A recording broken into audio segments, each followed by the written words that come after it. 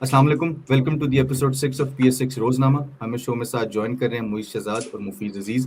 Welcome to the show. जानते हैं इनसे आज मार्केट कैसी रही। मुइज़, मैं पहले आपकी तरफ आना चाहूंगा, बताइएगा आज कैसी परफॉर्मेंस थी मार्केट। देखिए, आज की मार्केट रोज मार्केट की एक्सपेक्टेड चल रही है, सबको पता है। ऑयल प्राइस नीचे, मार्केट ऊपर। तो कल तो खैर ऑयल प्राइसेस के अंदर काफ़ी खास चेंज नहीं आया है। 91 92 के अराउंड ही घूमती रही मार्केट कल पूरी रात। और उसके बाद सुबह भी जो है मार्केट जब ओपन हो रही थी तब भी यही था। जो मेजरली इम्पैक्ट आया पाकिस्तान स्टॉक मार्केट के ऊपर न्यूज़ का आया, वो ये था कि OGDC ने, क्योंकि ज़खायर मिल गए OGDC को, ऑयल के और अच्छे खासे ज़खायर मिल गए और साथ में गैस के भी ज़खायर मिले। तो इस वजह से OGDC के प्रॉफिट मार्जिन ऑलरेडी बेहतर हुए हैं। इंटरनेशनल मार्केट के अंदर क्रूड ऑयल बढ़ा हुआ है और उसके बाद ज़खायर मिल जाना, तो मतलब और प्रॉफिट्स इंक्रीज हो जाएंगे OGDC के। और सिर्फ OGDC नहीं, जहां पर ज़खायर निकले वहां पर 56% OGDC की है और 26% के अराउंड PPL का है। तो PPL भी प्रॉफिटेबल रहेगा इसके अंदर। तो ये दोनों कंपनीज के अच्छे खासे पॉइंट्स आज मार्केट में ऐड हुए। और एक और बड़ी न्यूज़ थी, वो ये थी कि जो सऊदी अरब से $3 अरब आने वाले थे, उसमें से $2 अरब पाकिस्तान के पास आ भी चुके हैं और $1 अरब भी सून 1 डेढ़ हफ्ते 2 हफ्ते के अंदर, महीने के अंदर आ जाएंगे। 2 अरब आ गए, बड़ी बात हो गई। और जो पाकिस्तान को पेमेंट करनी थी वो भी अब, यानी कि पाकिस्तान के रिजर्व्स के ऊपर भी इम्पैक्ट नहीं पड़ेगा। पाकिस्तान पेमेंट भी कर देगा। पाकिस्तान के रिजर्व्स बिल्कुल सही चलते रहेंगे और पाकिस्तान के जो OGDC और PPL उनके प्रॉफिट बढ़ जाएंगे। तो इस वजह से आज मार्केट मेनली पॉजिटिव थी। लेकिन क्योंकि कल भी मैं सेलिंग का कह रहा था अपने व्हाट्सएप ग्रुप के अंदर तमाम लोगों को, जो भी इन्वेस्ट करा है नीचे रेटों पर, जिनके प्रॉफिट्स हो रहे थे, वो सेल करा रहे थे हम। और आज भी मैंने सेलिंग का ही कहा है। और आज की जो क्लोजिंग आई वो 170 से थोड़ी सी नीचे आई है। 169 900 पे क्लोजिंग आई है आज मार्केट की। अगर हम पोजीशन देखते हैं पूरे इंडेक्स की, तो oil and gas sector plus था, बैंकिंग प्लस था। लेकिन जो सीमेंट है वो थोड़ा आज प्रेशर में रहा। सीमेंट के अंदर थोड़ी बहुत सेलिंग आई। और अगर हम मेजरली सेक्टर्स के अंदर देखते हैं तो सीमेंट के पॉइंट्स आज लेस भी हुए थे सेक्टर से। सबसे ज्यादा पॉइंट जो ऐड किए थे वो ऑयल एंड गैस एक्सप्लोरेशन ने किए थे, फिर कमर्शियल बैंक्स, फिर इन्वेस्टमेंट बैंक्स। और इन्वेस्टमेंट बैंक्स के अंदर मेनली सबको पता है एंग्रो होल्डिंग ने ही ऐड किए होंगे। उसके बाद हप्को ने भी ऐड किए थे और फर्टिलाइजर ने कुछ पॉइंट्स ऐड किए थे। लेकिन जो सीमेंट सेक्टर है उसके आज पॉइंट्स मार्केट से लेस हुए थे, जो इतने दिनों से चल रहा था, जिसने अच्छा गेन दिया। मैं पर लीफ का मैं कंटिन्यूसली कहता था, लेकिन आज मैं पर लीफ ने परफॉर्म नहीं किया। उल्टा ₹100 का हाई लगा के, 101 का हाई लगा के वो 93 94 के पास आ गया। थोड़ा नीचे आ गया, थोड़ी करेक्शन ले रहा है। ऑब्वियसली वन साइडेड ऊपर नहीं जाता, 75 से चला था, अच्छा खासा इंक्रीज हो चुका था, तो थोड़ी करेक्शन बनती है। लेकिन ओवरऑल मार्केट सेटल्ड है। लेकिन मैंने कल भी अपनी वीडियो में कहा था, इसी वीडियो में कहा था, आज भी मैं कहता हूँ कि मुझे पर्सनली लगता है कि 165 तक मार्केट पॉसिबल है आ जाए। कल का लास्ट दिन है वीक का और फिर वीकेंड है, 2 दिन छुट्टी होगी और 2 दिन के अंदर जो जंग की सूरत हाल चली है उसके ऊपर कोई भी नेगेटिव या पॉजिटिव बात आ सकती है। लेकिन मोस्ट प्रोबेबली कुछ ना कुछ जो भी होगा वो पॉजिटिव वे के अंदर ही जाएगा, क्योंकि जंग खत्म होने की तरफ है। तो मार्केट तो मजबूत है। मार्केट के अंदर ऐसे कोई भी पैनिक वाली सिचुएशन नहीं है। ज्यादा से ज्यादा यहाँ से 5000 पॉइंट यानी कि 2-3% का हम नीचे जाता हुआ देख सकते हैं मार्केट को। उसके बाद मार्केट ने अपने नए हाई की तरफ जाना है इंशाल्लाह। बिल्कुल ठीक है मुफीज, मैं आपकी तरफ आना चाहूंगा।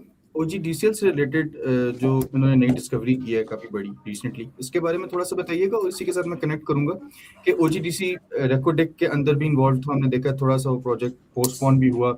हमने देखा जब रेकोडेक की खबर आई थी और प्रोजेक्ट में इन्वॉल्व हुआ था तो OGDC को भी हमने एक अच्छी रैली पकड़ते देखा था। अभी OGDC को उस प्रोजेक्ट के पोस्टपोन होने के साथ और इन नई डिस्कवरीज के साथ OGDC को किस तरह देखते हैं?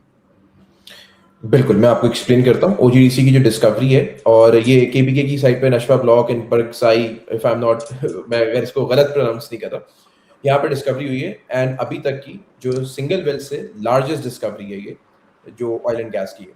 अच्छा, इसमें दो चीज़ें समझते हैं। पहली चीज़, हम लोग इम्पोर्ट बेस हैं, तो जितनी हम लोकल डिस्कवरीज करेंगे उतना हमारी कंपनीज के लिए, मुल्क के लिए बड़ा बेनिफिशियल होगा। तो एक इम्पोर्ट सब्सिट्यूशन है कि आपकी जो डिस्कवरीज हो रही है वो बड़ी एक अच्छी उस पर हो रही है, जो कि OGDCL के लिए, जैसे मुझे बताया, PPL के लिए भी अच्छी चीज़ है। बट OGDC ऑन द कॉन्ट्री अगर रिजल्ट्स भी देखें तो OGDCL बेहतर है। तो OGDCL के लिए प्रॉफिटेबल और बेहतर चीज़ है। दूसरी आपने बात की, एक और चीज़, ये डिस्कवरी से हमारा जो जो एक्सटर्नल अकाउंट होता है पाकिस्तान का, उस पर भी एक तो ये ओवरऑल पॉजिटिव चीज़ है। जहाँ तक आपने बात की रेकोटेक की, तो देखिए रेकोटेक होना है, ठीक है, वो चीज़ मटेरियलाइज होनी है। अंटिल देन अभी आप किस चीज़ को सेलिब्रेट करेंगे? अभी जो करंट बिजनेस है कंपनी का, जो वो डिस्कवरीज कर रही है, जिससे वो प्रॉफिट्स कमा रही है, आप उसको गेज करेंगे। उसके बाद जब कंपनी एक्सपेंशन में जाती है, तब आप देखते हैं कि कंपनी और कहाँ कहाँ पे अपने पैर फैला रही है, अपने फुटप्रिंट्स रख रही है, जिसमें रेकोटेक एक है। डेफिनेटली एक प्रेशर आया था जब रेकोटेक का प्रोजेक्ट डिले हो गया था। But Reko Diq is not the only thing that is involve in OGDCL। इसके अलावा आप ये देखें कि आप एक सिंगल वेल से largest discovery oil and gas की है और इम्पोर्ट सब्सटीट्यूशन है, तो कितनी पॉजिटिव चीज है for the company and for the country as well.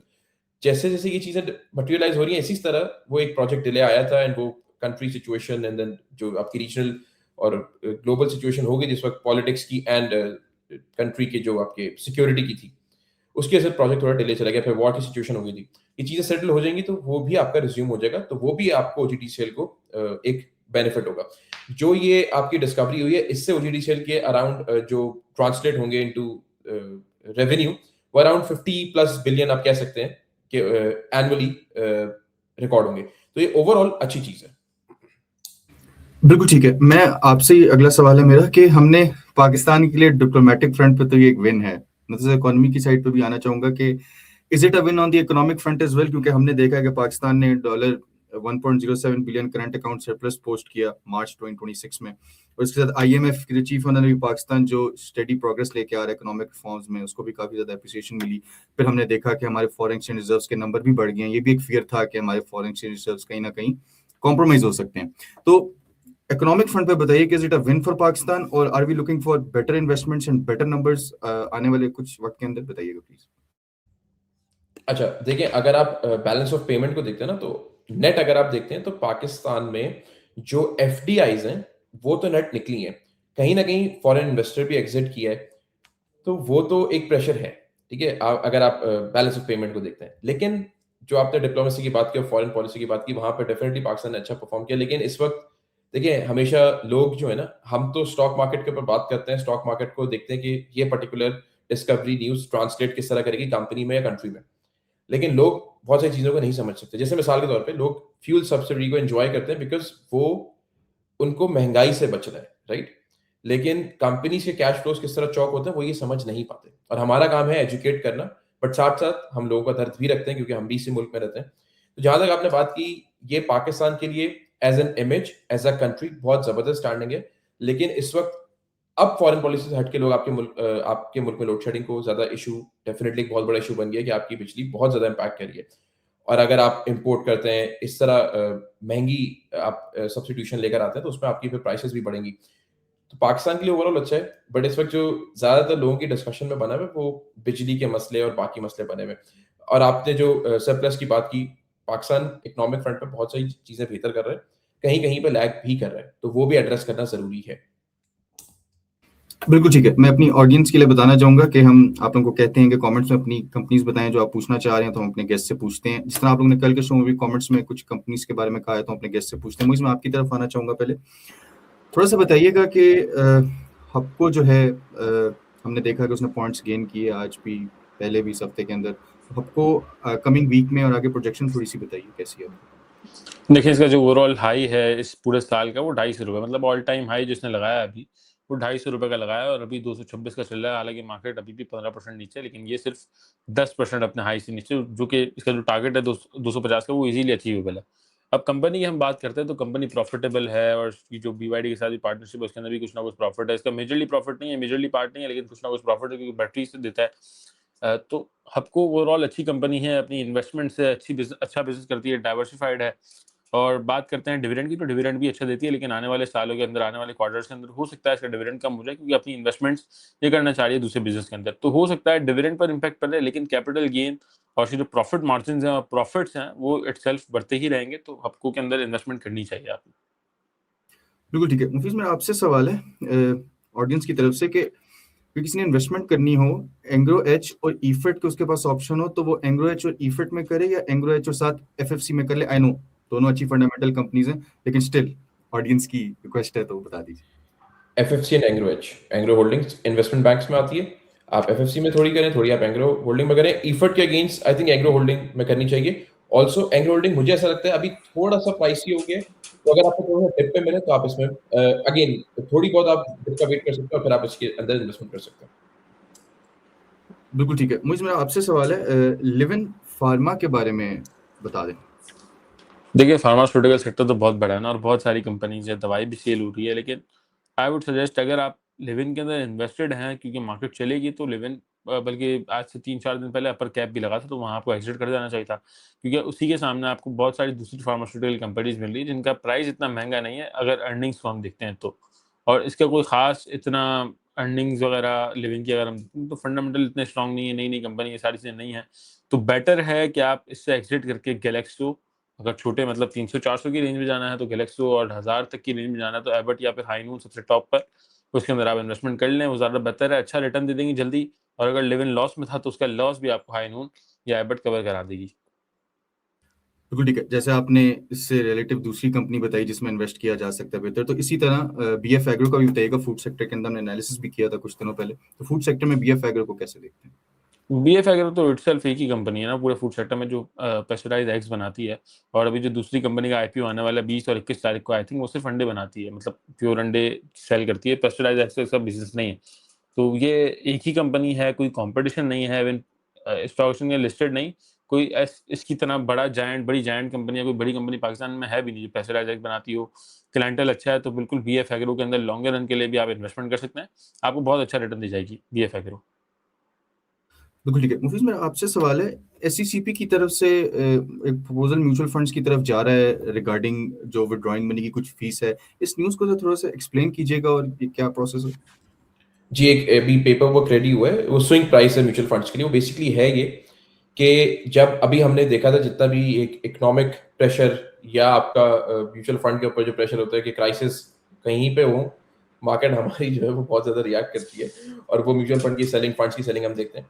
तो उसमें होता क्या है कि बहुत सारे लोग रिडेम्पशंस डालते हैं, बहुत सारे लोग बाइंग भी करते हैं, बट कुछ लोग वो भी होते हैं जो ना बाइंग करते हैं ना सेलिंग करते हैं, वो होल्ड रखते हैं अपनी, जैसे इवन स्टॉक मार्केट में भी होते हैं तो इस तरह फंड्स में भी होता है। सो होता ही है कि अगर आप म्यूचुअल फंड की थोड़ी सी वर्किंग को समझते हैं तो उसमें नेट एसेट वैल्यू कैलकुलेट होती है जिसे हम नैव कहते हैं। And more importantly, for example कोई एक बड़ा बायर है जिसने एक बड़ी क्वांटिटी, क्योंकि यूनिट्स होते हैं म्यूचुअल फंड में, मैं म्यूचुअल फंड की वर्किंग को फिर किसी एपिसोड में एक्सप्लेन कर दूंगा, लेकिन जो लोग जानते हैं वो थोड़ा समझ जाएंगे कि जब आपकी नैव कैलकुलेट होती है तो उसके यूनिट्स होते हैं। अब फॉर इंस्टेंस कि कोई बड़ा बायर आया या कोई बड़ा सेलर आया मिसाल के तौर पे, उन्होंने कोई बड़ी क्वांटिटी की तो नैव कम हुई क्योंकि वो पूल साइज कम हो जाता है। उसमें वो जो कॉस्ट होती है, जो फी होगी या कमीशन चार्जेस, जो भी एक्सपाइजी चीज़ें होती हैं, वो सब पे डिस्ट्रीब्यूट हो जाती है। सो लेट्स से साद आप एक बंदे हैं और मुइज एक बंदे हैं और मैं एक बंदा हूँ, हम तीनों पूल में, पूल ऑफ मनी है हमारे पास। मैंने ज़्यादा क्वांटिटी बेच दी, राइट, मैंने अपनी पैसों को लिक्विडेट किया, बट वो जो कॉस्ट होगी, जो चार्जेस होंगे, वो इक्वली डिवाइड हो जाते हैं।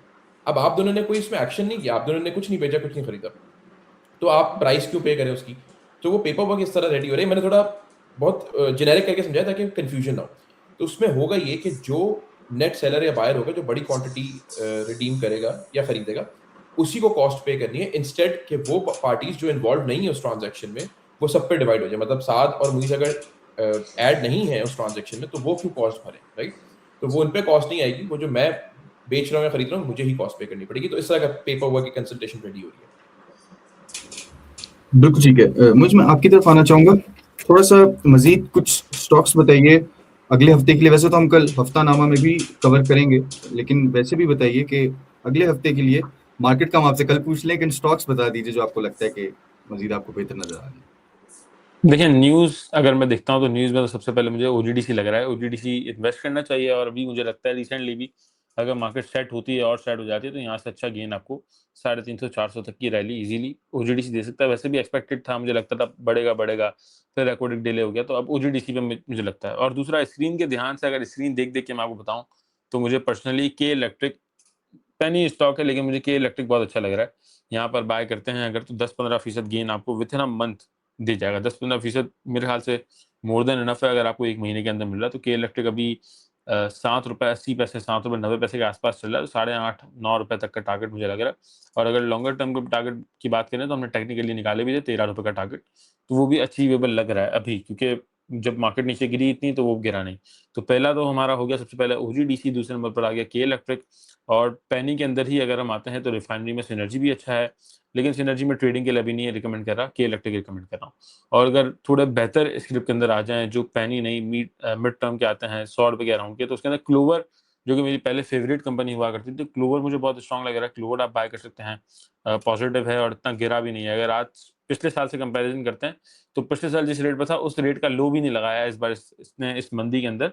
तो क्लोवर, क्योंकि बिजनेस भी अपना इसने चेंज किया, एक सेक्टर डिफरेंट में आ गया है, तो क्लोवर आप बाय कर सकते हैं। लोटे केमिकल बहुत अच्छी अर्निंग्स वाला है, डिविडेंड्स पे करता है, तो ये बाय कर सकते हैं। अब आपने डाइवर्सिफिकेशन करनी होगी, क्योंकि पहले मैं सीमेंट और सिर्फ फार्मा के अंदर था, अब सीमेंट और फार्मा से जहां और भी हैं उसके आगे तो अब जो है वो आप प्रॉपर्ली काम कर सकते हैं। क्लोवर है, लूटे केमिकल है, के इलेक्ट्रिक है, सिनर्जी है, टेक रिफाइनरी है, ओजीडीसी है।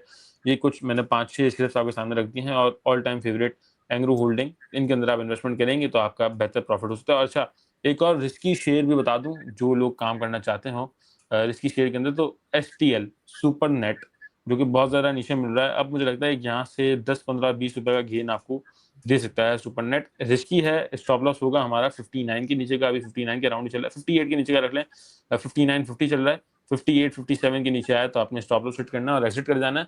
और अगर ऊपर जाता रहे तो आपने इसको फिर ट्रेडिंग स्टॉप लॉस लगा के कैरी फॉरवर्ड करना है 60, 65, 70 रुपए तक के लिए। बिल्कुल ठीक है, हमने आप लोगों को एक स्टॉक भी बता दिया, स्टॉप लॉस भी साथ मेंशन कर दिया। और thank you so much ji for joining the show.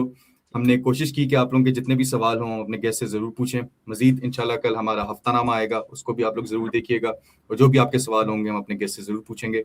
आप दोनों का ज्वाइन करने का बहुत शुक्रिया। इंशाल्लाह आप सबसे कल मुलाकात होगी PSX हफ्तानामा के अंदर। तब तक के लिए मुझे मेरी टीम को इजाज़त दीजिए। अल्लाह हाफिज़।